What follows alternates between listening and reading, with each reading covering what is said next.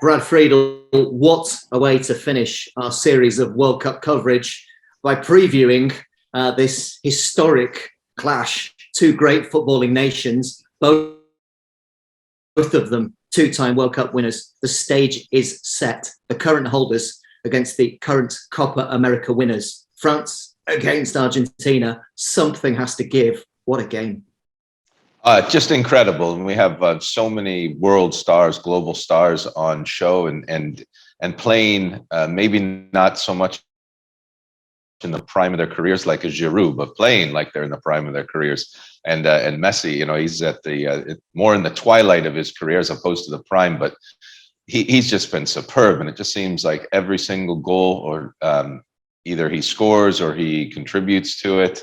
And the work rate of both sides is immense. The changing, the little bit of a changing of style of play from Griezmann, and he's just taken it on board and been incredible. And the pace of Dembele and Mbappe, remarkable. And Alvarez coming on the scene, and Otamendi's played great, and goalkeeping, Hugo Lloris and Martinez. It's just the makings of an absolutely superb final. To what extent does history play a part, Brad? Because they're both two times winners. France last time out in 2018, also in 1998.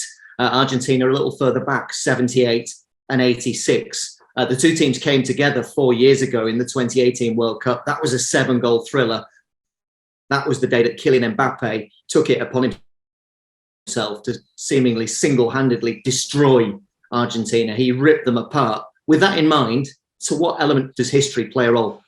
In this, I wouldn't consider the France-Argentina a rivalry, so to speak. I'm not so sure we can go back to the history books and look at what went on, and that might play a role in what will take place in this final. I think it's just two wonderful footballing nations with incredible tradition that are going to be playing against one another.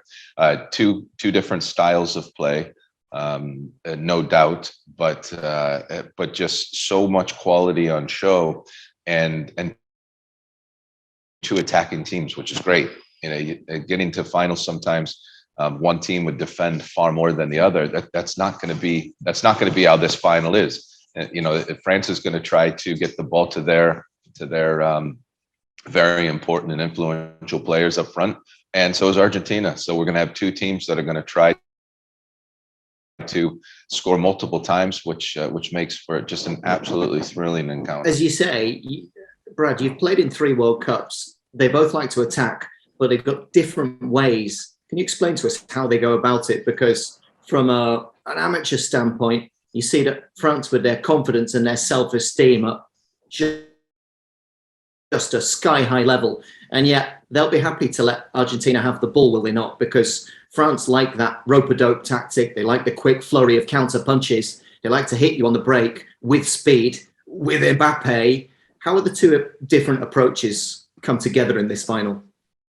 Yeah, the French side, I would doubt, are going to high press. I think they're not going to sit back all the way to the halfway line, but it'll be about in the middle, and they'll definitely try to keep Lionel Messi an eye on him, because he does like to float. And the clever thing about Messi is he'll figure out eventually, because he's so good, where the space is going to be. But up until that point, France will try to win that ball in the middle third, and then they'll try to go very, very quickly when Argentina use Giroud as a focal point, and then Griezmann would be the one that can also find the passing lanes when they get the ball in the attacking third. The French team will also try to build up, and when they do build up, they will attack wide. Their fullbacks will get forward, and they'll try to create the overloads.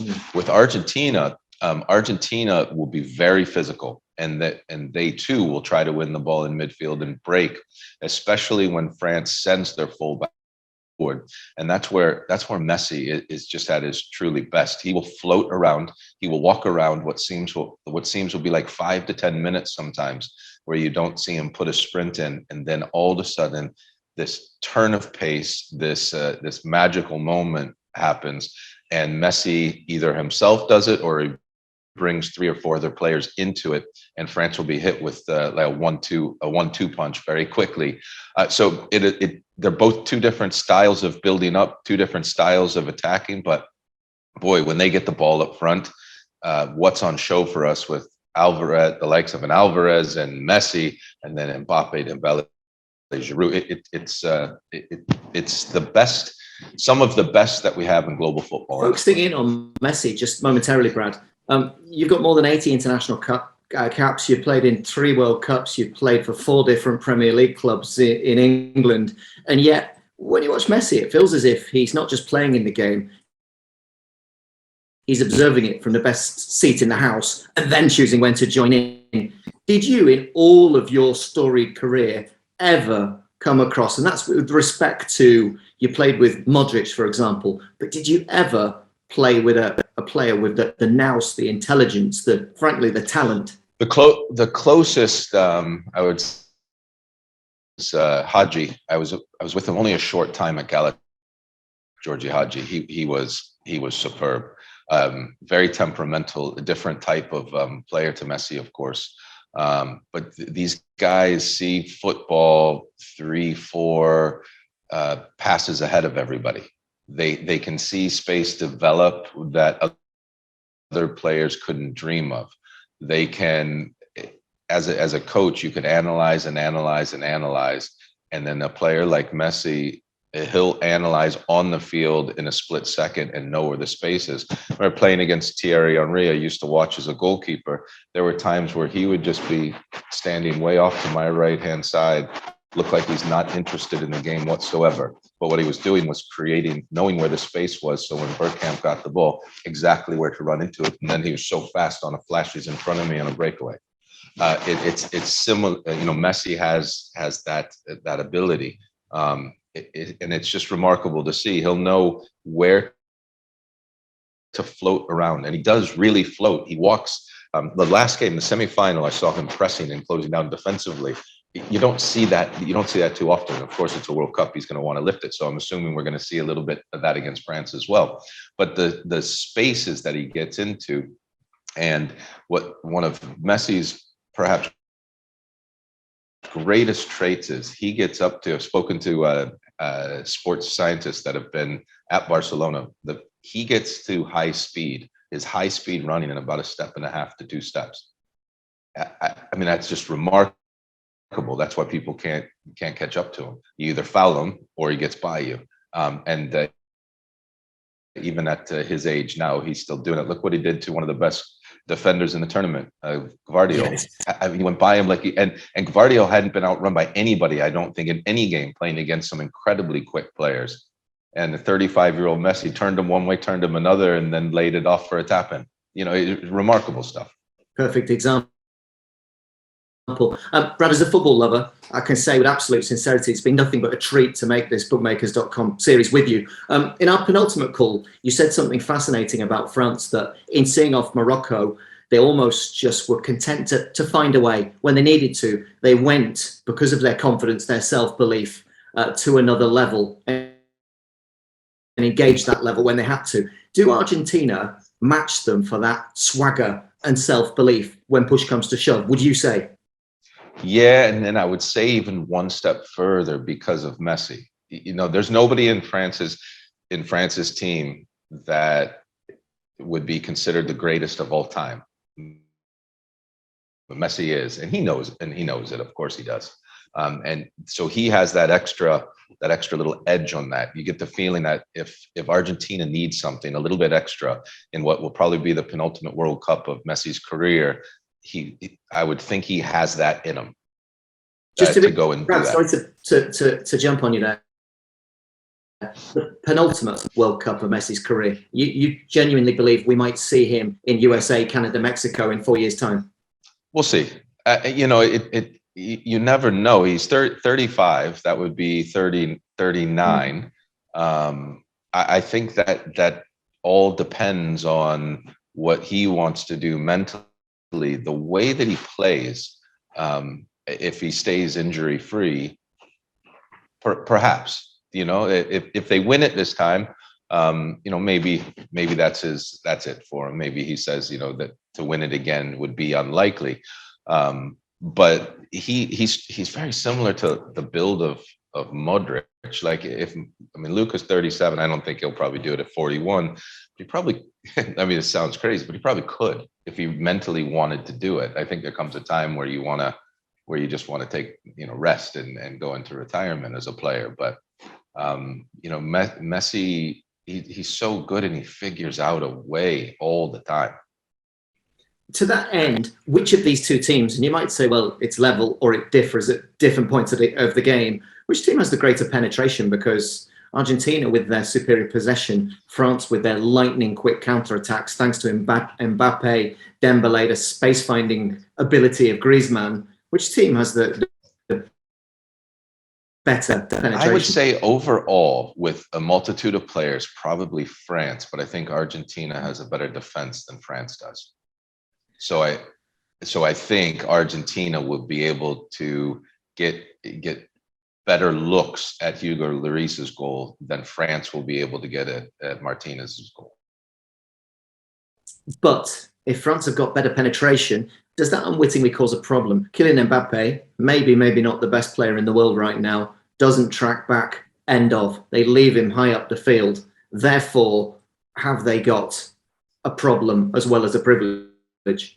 But they'll have a problem, but they have a very good defense. So it's the amount of times they'll be able to get through the defense. So, I think overall, if you were asked as a coach, would you rather have the balance of the pace of Mbappe, the pace of Dembele, and focal point of was Benzema, and then he got injured, Giroud, with Griezmann underneath, or would you rather have Messi and then a cast of characters that might change? And Alvarez is there now, and it might be one or two others. It could be Di Maria, it could be Dybala. It could, like, which would you rather have? Well, you'd probably say the cast of characters that France has. However, Argentina's defense is so good, but how can you turn down having Lionel Messi? And I think when France goes forward, the ball will go to Messi, and I think it would be very difficult for the likes of Varane, for instance, who I think is a wonderful defender. But if you get 1v1 against Messi in the wrong time, it doesn't really matter who you are as the defender. And that. So I think Argentina will be able to get at France's defense more than France will be able to get at Argentina's, even though I think the array of players that France has is very well balanced and excellent. I just think Argentina defensively is excellent, is a little bit more superior than, in which case, let's get into specifics, if we may, Brad, because what I'm really interested in are the key jewels all around the pitch. Will it be, and I'm looking really at now where the game, whether it's 90 minutes or 120, will be won and lost. One area that I thought was intriguing, if Di Maria plays from the start, if he comes in for the second half, could you imagine, for example, himself and Messi playing the overload on Theo Hernandez, who looked a weak link and was run ragged by Bukayo Saka for England? If you see that, just one potential fault line, I'm sure you can see more that the rest of us maybe don't notice or perhaps couldn't identify so readily. But that's just one example. Di Maria and Messi trying to actually find a weak link at the fullback position with Hernandez. That's going to be one of them. Anytime Messi plays, he's going to drift over on that side because he wants to come in onto his left foot.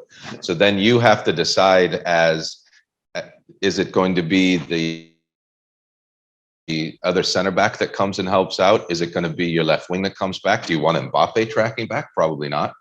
So there will be space on that side. Do you want one of your midfielders, your defensive midfielders, to release the central areas and come over? Because Argentina has other players that can then occupy that space. So it's real for Argentina, wherever Messi ends up finding the gaps to get the ball, that's the danger point for France. So if France thinks it's definitely going to be on Hernandez and they deal with that in a certain way, Messi might go more central and find something there. And then Hernandez stays where he is, and who picks him up. So this is why Messi's so clever. So wherever Messi finds those gaps, that is where the danger area for France is going to be, because no matter what, Messi is going to be the focal point. On the flip side of it, Argentina, the main thing that they can't do in this game is lose the ball in the center of midfield. If they lose the ball in the center of midfield and give Dembele open ground to run and Mbappe open ground to run, that is going to be the biggest cause of concern for the back four of Argentina. In the open space, and when you get to the open space, it's really difficult to stop Mbappe. If you can keep things compressed and always have a second line of defense, so when Mbappe cuts back onto his right foot and there's another defender there, that's how you can solve that issue. Brad, we need to talk discipline. And where I'm going with this is in the 2021 Copa America final, Argentina, it wasn't really a disguise. They went out to kick Brazil into oblivion. It worked. They won the Copa. The referee for the World Cup final on Sunday is a Pole, Marciniak. With that in mind, if Mbappe does cut loose, if Argentina's feisty side comes to the fore, and we saw they tread I think it's not unfair to say, Brad, that they tread a fine line between ultra competitive and perhaps something a bit more sinister than that. They're not afraid to put the boot in. They love a permissive, free-flowing referee. And of course, we saw the antics against the Dutch. We saw a little bit of gamesmanship, but they got through. They know how to win. They've got that ruthless edge. To what degree is there the looming threat that potentially a red card or the referee's reaction to whatever they might serve up, how big a factor could that be if Marciniak takes a dim view of any meaty challenges? Well, correct me if I'm wrong. There hasn't been a red card. Is that correct? There was a red card for one of your goalkeeping colleagues in the Wales-Iran game. Yeah, you're absolutely Hennessy. Okay, so, and has that been the only one? To the absolute best of my knowledge, I can't think of another one right now. So I'm pretty certain the refereeing initiatives, I mean, if somebody commits a really poor foul, then yes, I mean, the referee's going to have to do what he's going to do. This is what Argentina, and I can ask you the question, like, what do you think it's best to do, is to give Mbappe and Dembele space or to close them down? You close them down. And sometimes if they get into an area where you know you're going to get outrun, you'll foul them. Not a foul, a professional foul, not a foul to injure, not a foul with intent to injure, a foul to stop them from gaining forward progress. The Argentinians are some of the best at doing it. The Italians, I would say, are probably the best, and Argentina is probably the next best at doing it. I would think that these players are experienced enough not to go over the line, especially at the beginning of the game. Now, how the game goes and when emotions flare up, especially later on in the second half, we'll have to see how they can control their emotions. But you better believe that Mbappe, Dembele, and Griezmann are going to be in for one heck of a physical day, because they'll know that those three need to have players on them at all times.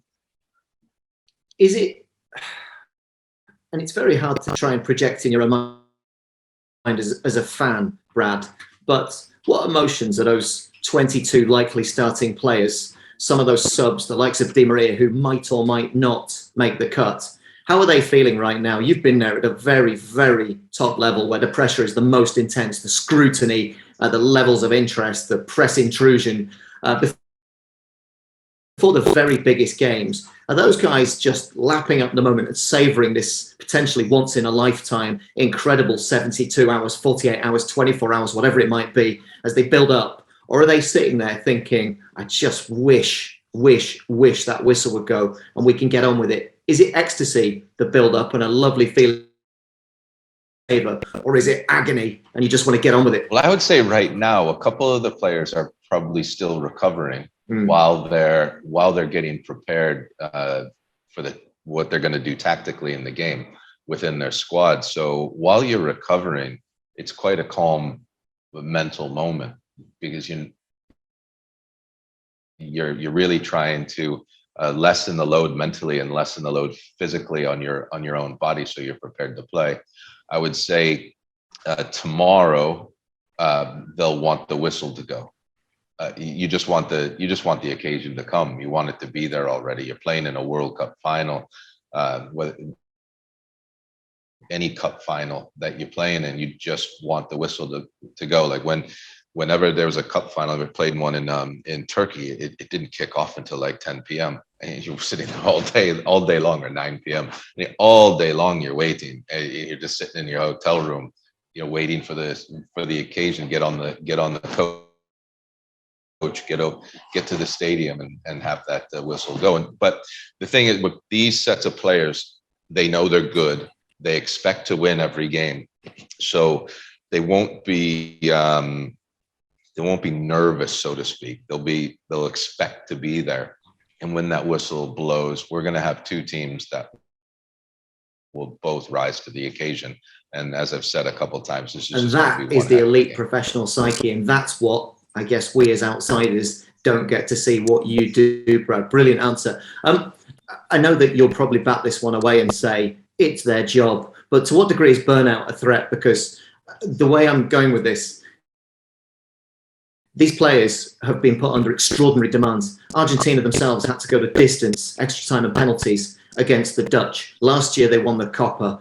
They've had to endure some tough games in the tournament so far. And furthermore, those players, for example, that play in Europe have had to get Champions League qualifying done a month early. They've never been more scrutinized and pressurized physically or mentally than they are now. And similar comments apply to the French, all of whom, and of course they're missing some key names. Kimpembe's not there, Benzema's not there, and so forth. But these players, they've been under massive pressure. Is there a threat that at the very, very final hurdle, burnout, and I appreciate adrenaline and energy and preparation time, but could burnout be a factor? No, not burnout. Burnout can become a factor when the World Cup's in the summer and you've gone through your entire season. And if you were with one of the Champions League teams that made it to the semifinals or even the final, if you've made a cup final in your domestic league and you've had all those games, at this stage of the career, I don't think at the season, I don't think burnout. You could get some fatigue and some mental fatigue, but I don't think to the extent of it's going to be burnout and the players will really struggle. I can't see that happening at this stage of the calendar year and with these two nations. Fascinating subplot is the tournament top goal scorer. We see right now heading into the final, Olivier Giroud has 4 goals. Alvarez has 4 goals. Even better still, probably the 2 best players on the planet. And Mbappe has 5. Messi has 5. Who, if any of those 4, will rise to the top? Because, I mean, it's a lovely problem to have and a beautiful question to ask, dealing with such talent. Will we see a clear name at the moment? I know it's split up by assists and what have you, but who's going to be carrying away that award? Well, I'm going to stick with my pick at the beginning of the tournament in Argentina, and I think this one just might be written. I think it might be Messi all around with everything, and he walks out. He doesn't walk out of that stadium. He gets carried out of that stadium. It's by his teammates in euphoria. That's just how I had that feeling a month ago, and I have that feeling still as we're sat here today. Building towards those final questions, Brad. If you had to pick, and again, it's a great luxury to have, and you as a goalkeeping specialist, Hugo Lloris at one end, and Emiliano Martinez, vastly experienced and a cool customer at the other. If you could only pick one and your World Cup depended on it, which one of those 2 would you want in goal for your team? Oh, tough question. Okay, and this one I'd probably go with Hugo because he's been there. Mm-hmm. Martinez hasn't been there, but both exceptionally gifted, both really good. But I'd probably go with Hugo for the experience factor. By the way, 2 completely different goalkeepers. Martinez, he really likes to play off of he's very confident. I don't want to say arrogant because I understand he's a really, really nice guy, but like on the field, come off as that a little bit. his hair, and he's got the stripes in his hair and colors, and he's a bit more flamboyant. Hugo is so quiet and so shy and so calm. They're two completely different personalities that are playing in goal as well. And I think when you get to the really big occasion, I'd probably go for calm. But listen, they both could win the game for their team. So so when I'm choosing one, Tom, I'm choosing it by a very these small are first margin. world problems. A slightly different equation, but on a similar theme. If you had to appoint one man to be in charge of your World Cup squads, would it be Lionel Scaloni, who's brought tempo, consistency, which was vital? Argentina were a shambles pre-Scaloni. He's come in and, forgiving the Saudi Arabia defeat, he's brought in an elongated unbeaten run, and he's brought in a certain cohesion and happiness within the squad. Compare and contrast that to the elite winner Deschamps, who's a quiet man who probably doesn't get the credit he deserves. Which of those two do you choose, Brad? So when you're choosing managers and head coaches at national teams, you can't really choose one or the other, because certain managers are going to be right for certain cultures and not for other cultures. So I don't think Scaloni could go into the French team and be as productive, and I don't think Deschamps could go in and run the Argentinian team like he is. It doesn't work. I think you have to have head coaches that really know the culture and mentality of the country that they're managing, and they're both. I would have both of them, but I wouldn't pick them for a random country. If that. So I'm sorry, I can't give like an out and out answer for that, because not every coach is going to be well suited for every national team.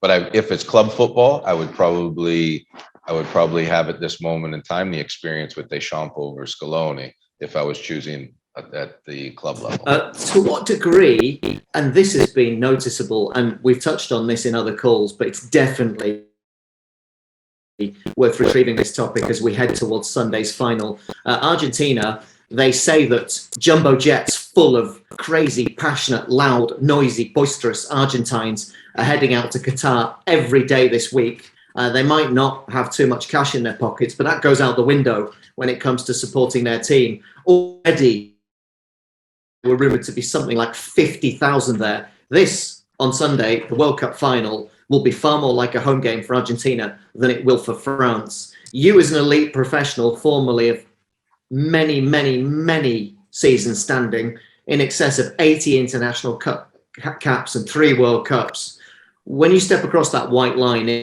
into that frenzied atmosphere, can you shut that out completely? Will the French players simply be able to go into the zone and play their game, or have Argentina got an advantage? You can shut it out, but it is nice to play when you have the crowd at your back and behind you. But if it's not, these players will easily be able to shut it out. I'm putting in perspective.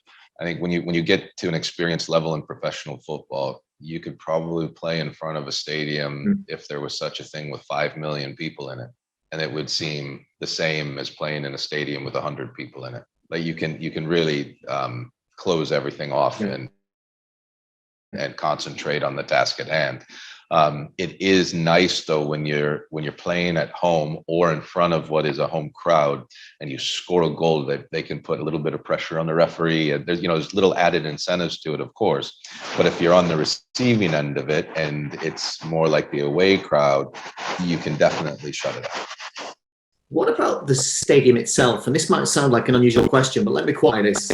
The French have yet to play in this stadium. This will be their first taste. Whereas Argentina feel like they've been living here. They've played here on several occasions. And of course, they've been on this fantastic run. Is that an advantage, or does that make absolutely no difference? If this was more of a youth tournament, I would say it makes a little bit of a difference. And the team that was more comfortable at the stadium and had a couple of wins under their belt in the stadium, it'd be a little advantage with these players. No, they could go play at any stadium, and we'd be having the same exact talking points. Talking points haven't been in short supply over the last 4 weeks, Brad. It's been really a privilege and a pleasure to make this series of programs for bookmakers.com with you in association with Cobra Bet. We began in our very first episode. It feels a long time ago, but much water has gone under the bridge. The final hurdle is the World Cup final. We began at the very start with your tip, which was, remind us? It was Argentina. I don't think you're going to deviate from that one iota right now. But heading into the final, you're sticking with the Albi Celeste, with Argentina, with Messi, with Scaloni, with Paredes, with Martinez. You're still happy? I'm still happy. It'll be another difficult game. I do not see it being a 3-0 cruise to victory. We could be wrong, but I see Argentina and Lionel Messi winning this World Cup. Yes, a third World Cup for Argentina. To that end, Brad, final, we will sign off this. But if you were having a wager with our sponsors and you walked into the metaphorical betting shop now and you said to yourself, I'm going to have a flutter here, I'm going to pin my faith on a correct score, whether it'll be in normal time, extra time, penalty kicks, whatever the method, how will the World Cup 2022 be won? All right, I'm going to say this because this is my hope, because I want to watch as a neutral just an incredible match, and I'm going to go with goals instead of. I'm just going to put it out there in the atmosphere that this is not going to be a boring 0-0 and going into extra time. So I'm going to say a 3-2 victory in normal time to Argentina. Stunning. That would be absorbing, richly entertaining, and would bring to fruition what you've been telling us for a number of weeks. Brad, it's been an absolute pleasure. Roll on the World Cup final. From myself and Brad, over and out.